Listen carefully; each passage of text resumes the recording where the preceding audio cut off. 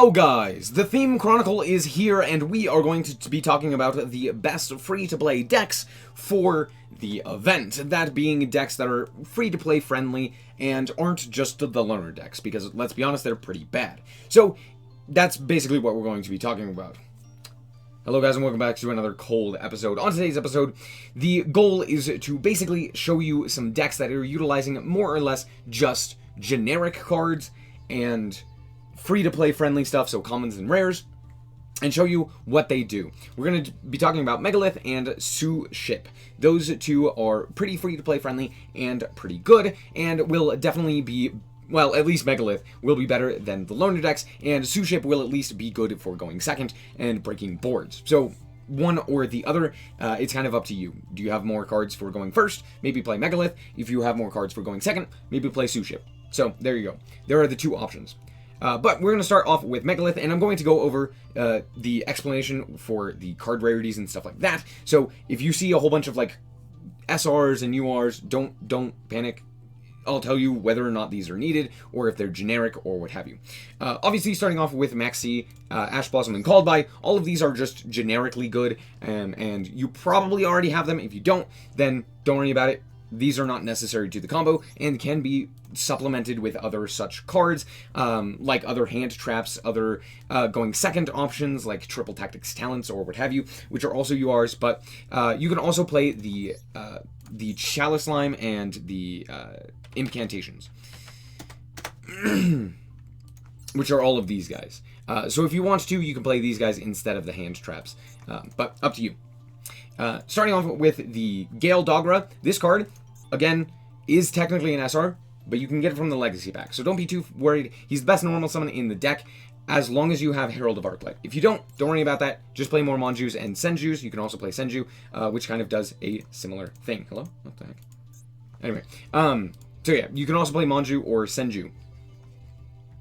So, again, not too troublesome there, but Gale Dogra is fantastic. We're also playing Ben 10. Again, not a necessary card. It's really good with the Dogra, but again, isn't necessary. You can play the Chalice Slime stuff instead, or the Incantations. As for the rest of the cards, Aerotron is pretty useful.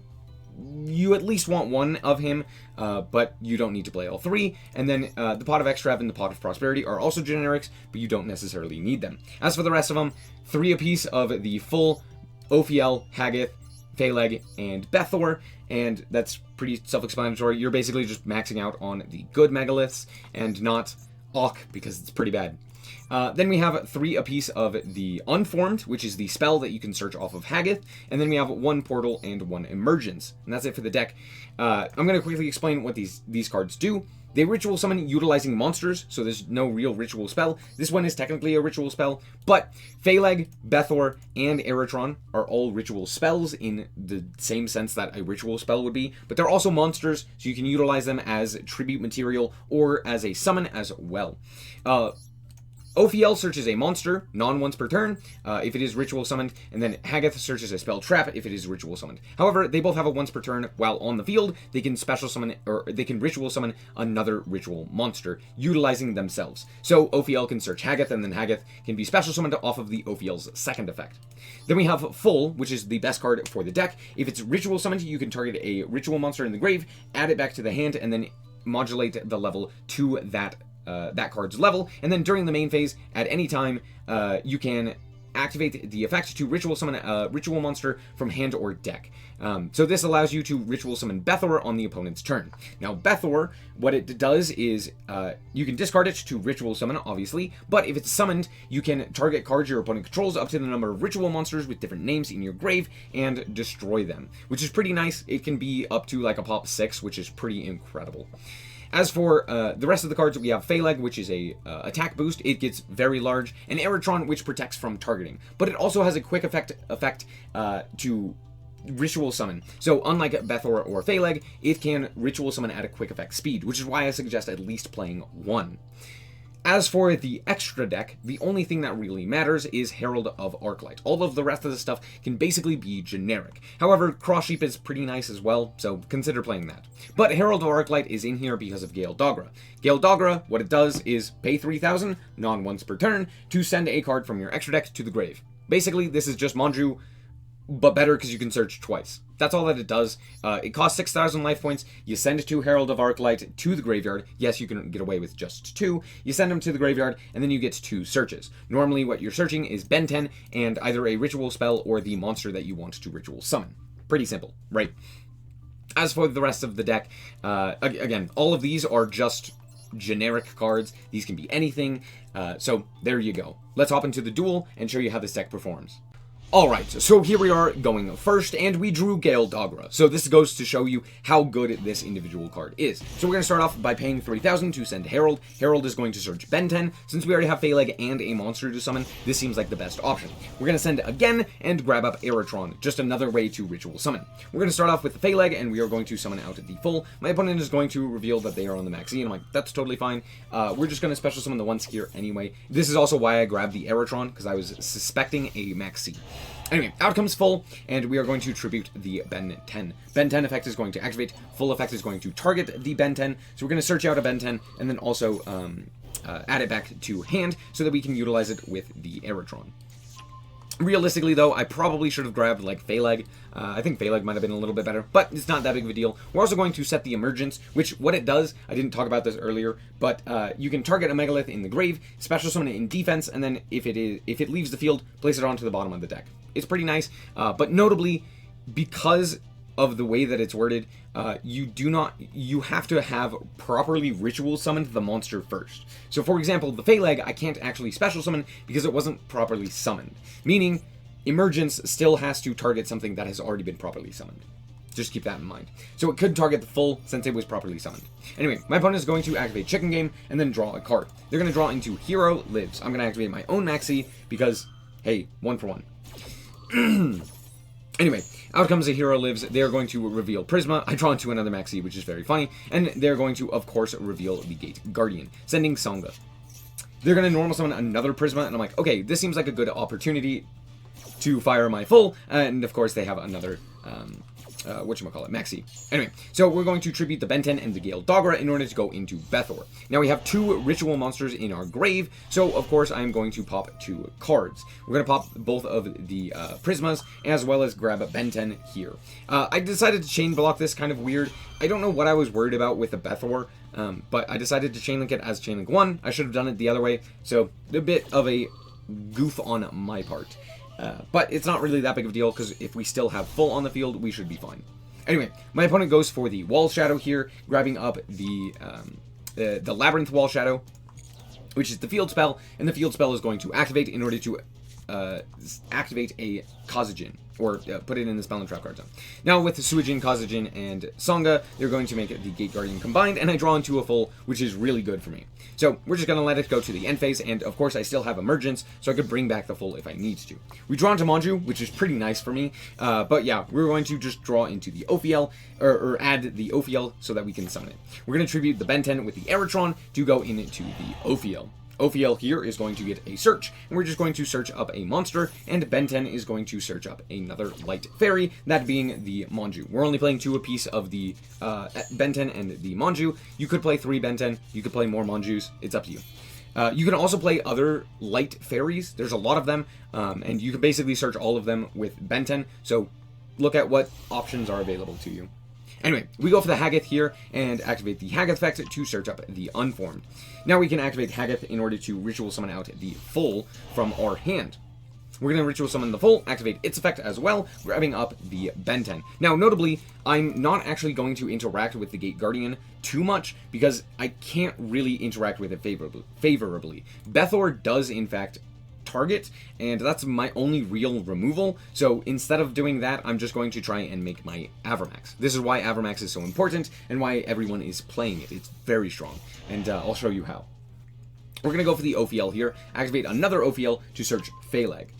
And now we can link off those 2 in order to go into Lina. I decided to go to the Lina here so that I can steal one of their monsters and then utilize it to just go into an IP Masquerena while still keeping up the full on our field. Here we can go for the Avermax, and I actually do make the mistake of going to battle. I forget that Wall Shadow has text, and monsters cannot attack the turn they are summoned except for level 5 or higher monsters. Now notably, Avermax doesn't have a level.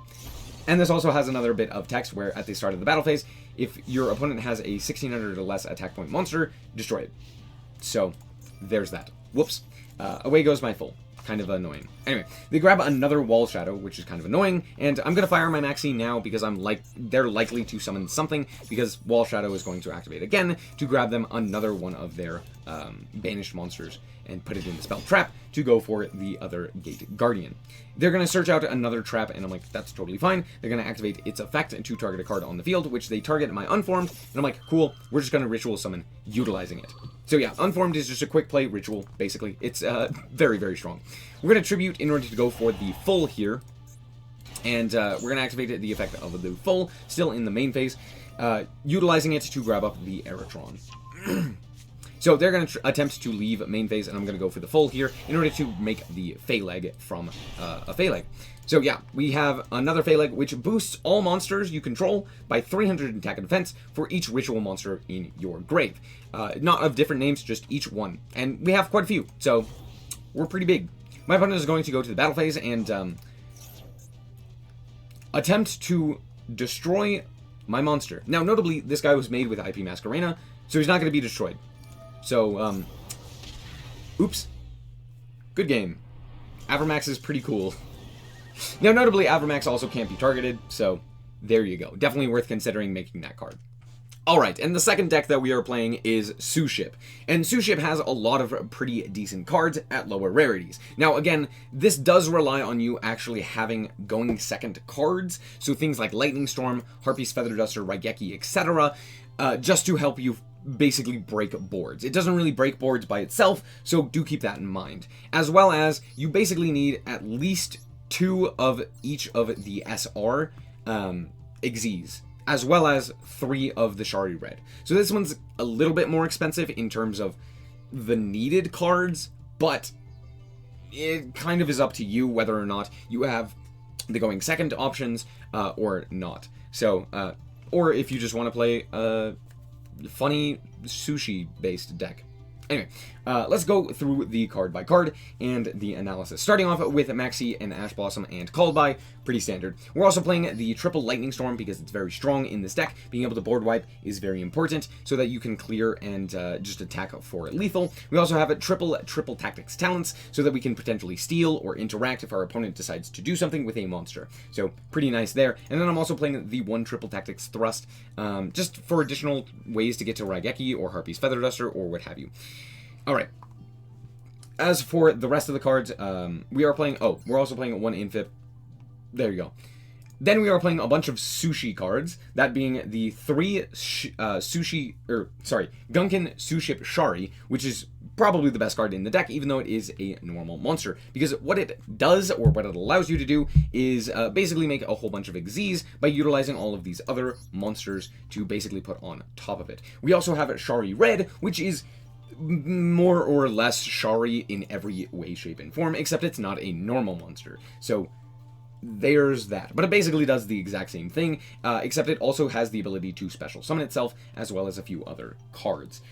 So yeah, basically what you do is, what is it?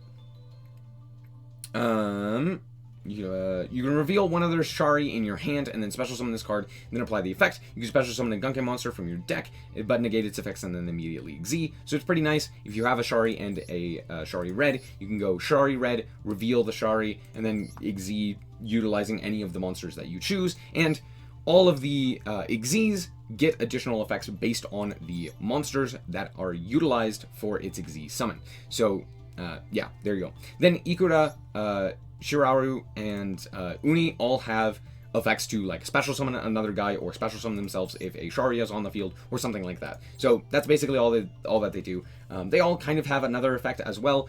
Most of them aren't too great. They're kind of okay, but most of them aren't too great. But they're more utilized for the materials, or they're more important for the materials, not just for them. Anyway. We'll get into those in a second, but we're maxing out on all of those.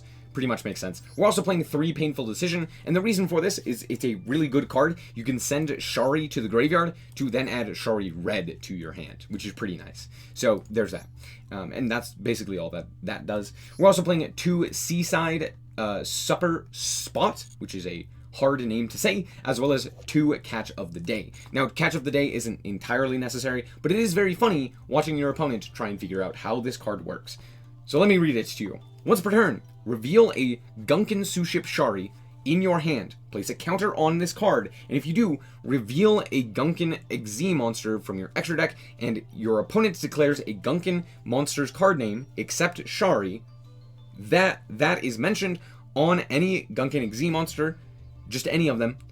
Then you add the declared name from your deck to your hand. If you cannot add, shuffle this card into the deck. If this card is in its owner's possession, is destroyed by an opponent's card, your opponent pays exactly 500 life points for each counter on this card. This last effect doesn't matter. The first effect is very funny because basically what it forces your opponents to do is you activate, you reveal a card, and then your opponent has to type out a card name and give it to you. It's very funny because so many of them have no idea what's going on, and it takes them like a month to figure out why this random thing popped up on their screen. It's very funny, and yeah, I legit had someone surrender in a winning position because of this card, because they didn't want to deal with it. It was so funny. Anyway, so yeah, it's pretty simple for you. You just kind of like reveal a card and hope that your opponent gives you the correct option. That's kind of it. Anyway, Seaside is also pretty decent. If you normal summon a Gunkan monster, you can place a Gunkan card on the top of your deck, and then once per turn, if a face-up Gunkan monster you control that was special summoned from the extra deck is sent to the graveyard by an opponent's card effect, activate this effect, your opponent pays life points equal to that monster's defense in the grave. It's not really that big of a deal, but it's more so to stack your deck, because I believe it's this one, yeah, Ikura, can reveal the top 3 and then add or special summon one of those. So that's pretty nice. As for the rest of the cards in the extra deck, most of them are just here for show. I don't think I ever summoned more than like Nightmare Phoenix, and maybe Dugaris is pretty good, but most of them aren't all that useful. They're kind of for corner cases, so don't be too worried about any of those. Again, they can kind of just be anything. We're playing 2 Ikura class, the Dreadnought, which is pretty nice. If it is Exe summoned utilizing, if it is Exe summoned, apply them based on the material, apply the effects in a sequence. So you draw a card with Shari, and then with Ikura, it can make a second attack during each battle phase. And then once per turn, when a Gunkan monster special summoned from your extra deck inflicts battle damage, you can target a card your opponent controls and destroy it. Pretty nice. This is the main one that you want to go for, and luckily it's a rare.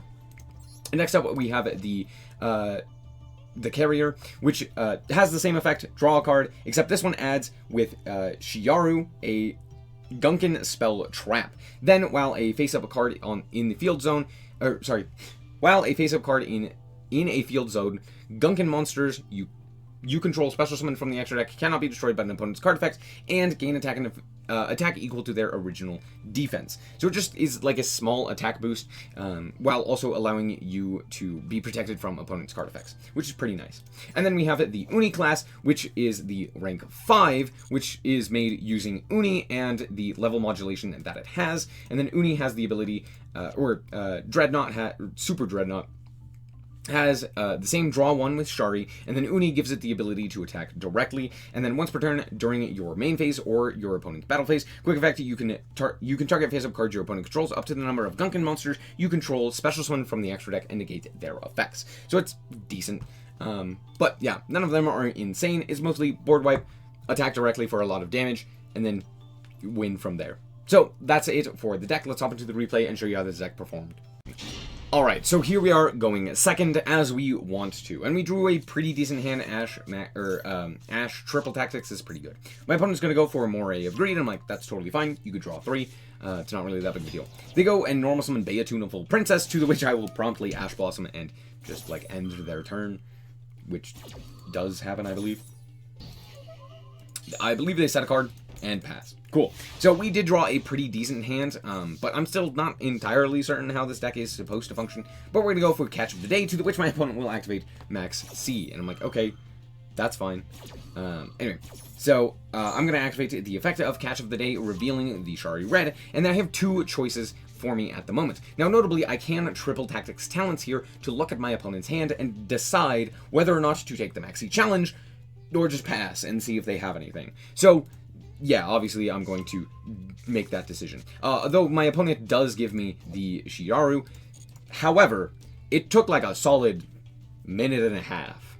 It doesn't show in the replay, but yeah, genuinely this took very long for my opponents to finally decide what they were doing. Anyway, so I'm going to look at my opponent's hand and choose a card from it, and it's a Bishark and the Schiff, and honestly, Schiff isn't doing anything. I think a Bishark is probably the more problematic card, and even with that being said, neither of these cards are doing anything, so I don't really care about either of them, so I'm just going to pass. I'm just going to allow them to potentially draw in OTK. I doubt it, but maybe. Anyway, they normal summon Oystermeister, and I go, alright, well, now we know everything. The only card that is unknown is this card right here, which, I mean, it could be like Imperm. That's the biggest scare. Anyway, we draw into Shari, but I'm going to reveal the Shari red, and reveal another guy, and grab another Uni. Sure, it's not really that big of a deal. Anyway, we're going to reveal the Shari, special summon out to the guy, and then I accidentally don't special summon the Shari. Don't know what I'm doing there, but it's fine. We reveal the red, and then immediately synchro Xyz summon into the Dreadnought. Dreadnought effect is going to activate. We're going to draw, and we draw into the Shari red, which is very funny.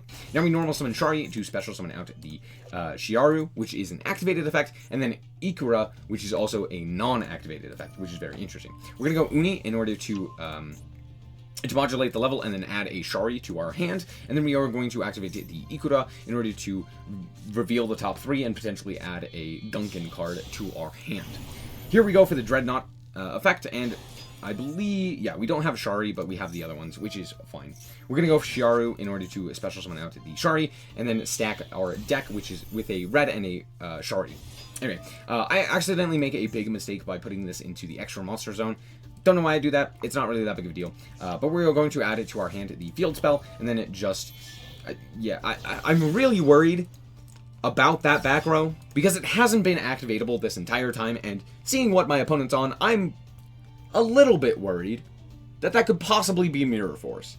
So I'm like, okay, I'm just going to deal with it. I'm not going to die to Mirror Force, okay? We're in a pretty commanding position. I can't quite OTK now by making the Nightmare Phoenix, but I do make Nightmare Phoenix, pitch a card, and walk over. Anyway, I deal quite a bit of damage. We go attack, attack. Realistically, I did misplay. I'm not going to lie. I did have lethal here. I'm just not good at this deck. What I should have done, because I had Uni, is attack directly with the Uni class Super Dreadnought, pop the card with the Ikura, then attack directly for lethal. So that was just on me, just being bad. I still had lethal, I still had well over lethal, and yeah, I just misplayed. Anyway, this doesn't really matter. My opponent doesn't have anything. We know one of the cards in the hand is not really going to do anything, and if they had a draw, I'm not sure it is very useful, especially since we can negate at least in the battle phase. So there's that. But there you go. Good game. Very funny. Alright, and there you go. The theme Chronicle has 2 additional decks that you can play, as well as you can always just play the loner decks. They're always an option. But hopefully that did give you a general idea as to 2 different options for free-to-play decks that you can utilize. Anyway, thank you guys so much for watching. I hope that you guys did indeed enjoy. If you did, that like is very much appreciated. And if you want to check out more content like this, as well as more Yu-Gi-Oh!, then just be sure to subscribe. Anyway, thank you guys so much for watching, and remember to always stay frosty. Bye-bye. Shout out to the Frost Guard, my members. Thank you guys so much for the support, and I hope you enjoy the content.